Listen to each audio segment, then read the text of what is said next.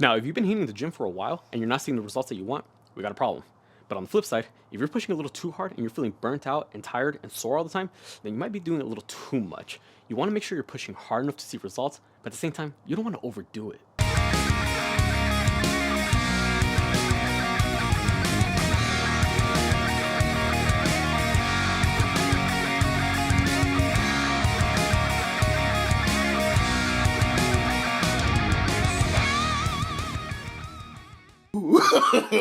No, no, no, no.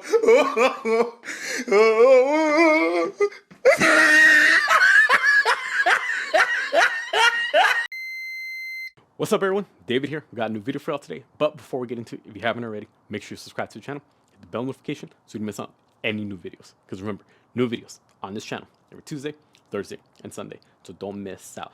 Now, today we're going to be talking about workout intensity. How hard are you hammering away at the gym? Are you seeing the results that you want? Good. If not, that's a problem. What specifically are you doing in the gym with every exercise of every set, every rep? Are you actually pushing as hard as you should? And sometimes, occasionally, are you pushing a little too hard and now it's just hindering your performance? That's exactly where we're going to be going. How hard do we push every set of every exercise of every workout? I suppose that's the essential question, but beforehand, a little backstory. So anytime I'm in the gym, or especially before when I was personal trainer and I had a handful of clients, I would always see them do their sets of any given exercise. Doesn't matter. And it doesn't even matter what their goal was, whether it was to build muscle, build strength, lose fat. Regardless, it's all the same thing. You want to make sure you're pushing hard enough. But whenever I saw them do their set, however many given reps that it would prescribe, a set of 8, a set of 12, whatever, they will go about and do the exercise. And then after a certain point, they'll stop. And then I'll ask them, why exactly did you stop? And they say, oh, it burns. I'm like, well, yeah, that's kind of what you want. But why did you stop in that moment that you first started feeling that pain, that discomfort, that burning sensation? It's like, well, am I supposed to keep going? Yes, obviously. The moment that you feel that pain or discomfort, that's when the real results will start. That's when you really got to start pushing forward. And too many of them, they think that the moment it starts hurting, that's your cue to stop. But if that's your mentality, you're never going to get the results that you want because you're not pushing hard enough. It's those last few reps of every set that you do that really hurt, that really feel uncomfortable, that just burn. Those are going to be the ones that get you results.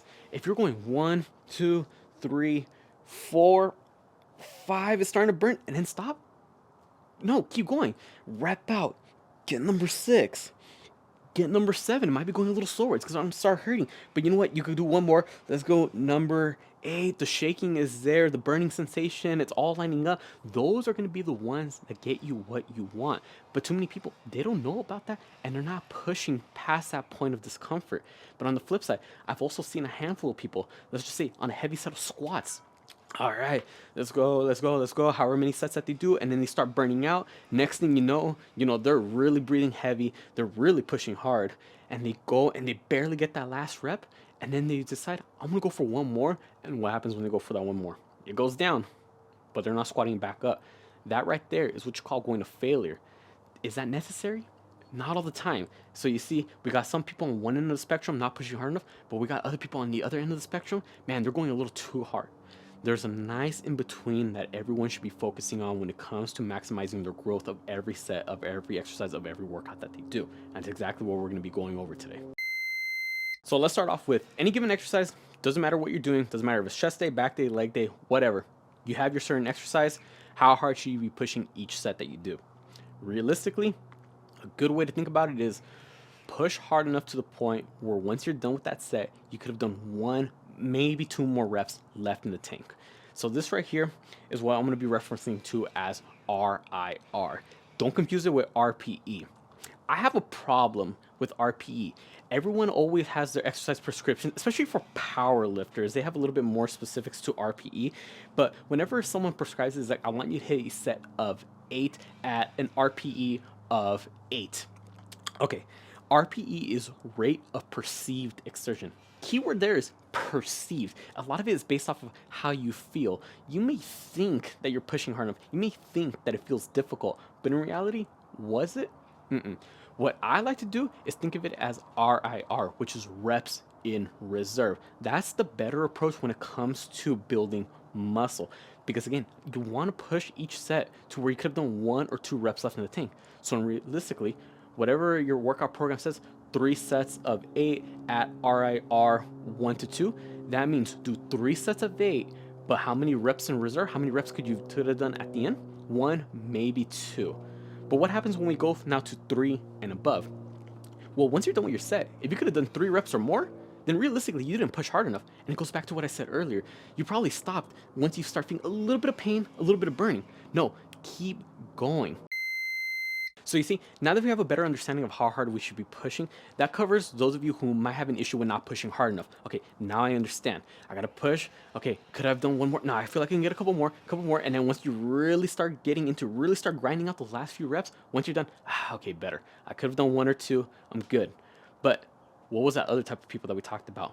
Pushing to failure. They were pushing a little too hard. Is that absolutely necessary? It varies. Let me explain. I keep telling you, push to the point where you could have done 1 or 2, but how do you know what that feeling is of you could have had 1 or 2 left in the tank? You only recognize that feeling if occasionally you do go to failure. Because let me put it to you this way. I've never worked out before. You're telling me push hard to the point where I have to stop when I feel like I could have done 1 more? How do I know what that feeling is if I could have done 1 more if I've never actually gone to the point where I could have done none at all? So yes, occasionally you do want to go to the point where you push to failure, because once you do push to failure, then you know you've gone through the point of what is that feeling of 1 rep before failure? How did that 1 rep before I completely gave out feel?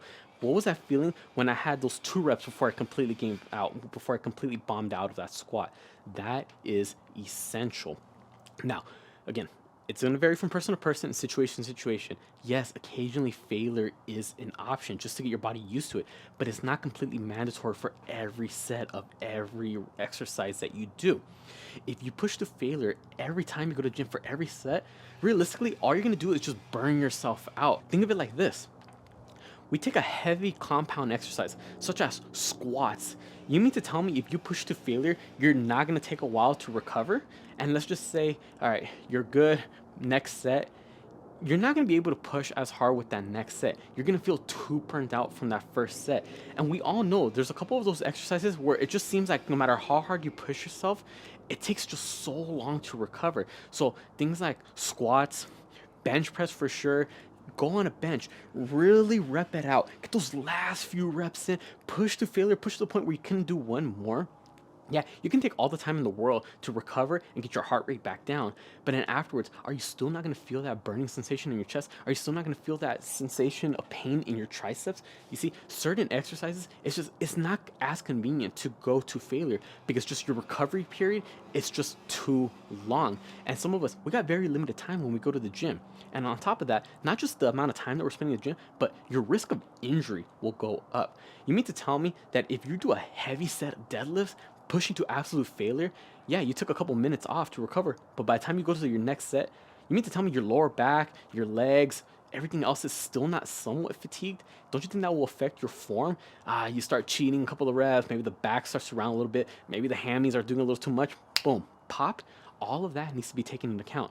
If you go to failure every single set of every exercise that you do, your risk of injury is only going to go up just because you're too fatigued, you're too tired, and your form can't keep up. And the last thing that we want to do is sacrifice form for the sake of more reps. That is one of the last things, that is one of the worst things that you could possibly do for any exercise. You never want to sacrifice form for the sake of more reps. And usually that happens if we are going to be going towards failure. Here's a counter though. Notice the type of exercises that I'm listing when talking about failure. Squats, bench press, deadlifts, these heavy compound movements. But there's other exercises where you can go to failure and it won't be as taxing on you. So let's take hamstrings, for example. You do a set of leg curls and you push it all the way to failure. Yeah, your hamstrings are burning. Yeah, you're feeling that stretch. Yeah, you're feeling that contraction. Yes, you're getting out of breath. It's painful, but realistically, when you're done, does that feeling of pain in your hamstrings compare to that pain you feel in your legs after a set of squats to failure? No, and it won't take you as long to recover. Same thing with other exercises for, let's just say, our back. You do like a set of 1-arm rows.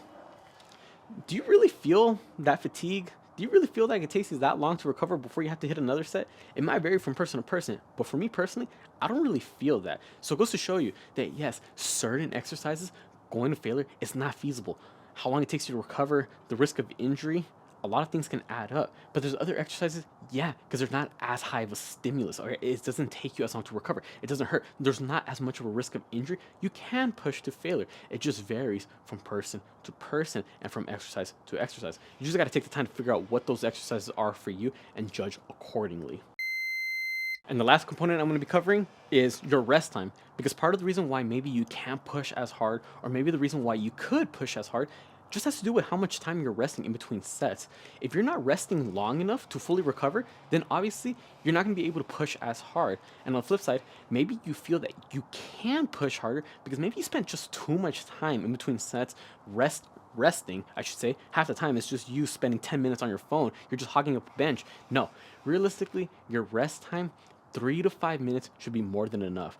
Oftentimes, especially what we see like in those bodybuilding magazines or these top level lifters, they always say like 45 seconds to a minute. But you got to keep in mind, depending on what the exercise is and how hard you actually did push, 45 seconds is not a whole lot of time to rest. But if you really push hard the way that you're supposed to, 1 to 2 reps left in the tank once you're done, 3 to 5 minutes is enough. Yes, some of the harder exercises like squats, bench presses, deadlifts, those big compound movements, the ones that are really taxing on the body, yeah, they might be upwards of 5 minutes. But those smaller exercises, like let's just say when you're working out your calves, you push a set of calf raises hard to failure, it is not going to take you the full 3 minutes to recover. No, calves are easily able to recover. You could just jump in. So you can see, don't overcomplicate the rest time, just enough for you to feel like you're good to go and push hard again for the next set without risking compromising your form. It's going to vary from person to person. Some of us have different muscle groups that recover at different rates. For me personally, my back recovers very fast. I could do heavy rows. I could do heavy pull downs. My back, just give me a bit, I'll be good to go. But on the flip side, if I push my chest hard, I need longer time to recover. Legs, I feel like that should be an obvious one for everyone. You push hard on legs, you need a good you need a good amount of time to recover on that one. So again, take the time to find out what works for you. Everyone's body is a little differently. Everyone's cardio and conditioning are a little different. Everyone's muscular endurance is a little different. How hard you should push yourself is just going to vary from person to person. But there are overlying principles that everyone needs to take into account. You're not seeing results? Push a little harder. Push to the point where you could have done 1 or 2 reps left in the tank. On the flip side, you're not seeing results. It could be because you're doing it a little too much. You're starting to overtrain. And you don't need to go to failure. Your risk of injury goes up, and so does the amount of time you're going to be spent recovering. You spend more time recovering, you're just wasting time. We can't be in the gym all day. We got other things we got to do. That time could be spent doing more good quality sets. So take those things into account and adjust your workout program accordingly. There you have it, everyone. I hope this video was helpful. Comment down below if it was, and comment down below also what are some other tips that people should take into account when gauging how hard they should be pushing themselves, and what are some things that have helped you, whether it be changing the exercises that you do, maybe supersetting certain things, resting a certain amount of time, whatever it is that you got to do to make sure you're pushing hard enough to ensure results. Comment down below, try to help each other out. Also, be sure to comment down below any other video suggestions you'd like to see me do, whether it be about mindset, motivation, nutrition, diets, workouts, programs, whatever it is, comment down below. I'd be more than happy to help y'all out. Be sure to subscribe to my channel so you miss out on any new videos, because remember, I got new videos every week, every Tuesday, Thursday, and Sunday, so don't miss out. And on Instagram and TikTok, same thing. Be sure to follow me on both accounts. I put all my links down in the description below. With that being said, I'll catch y'all next time.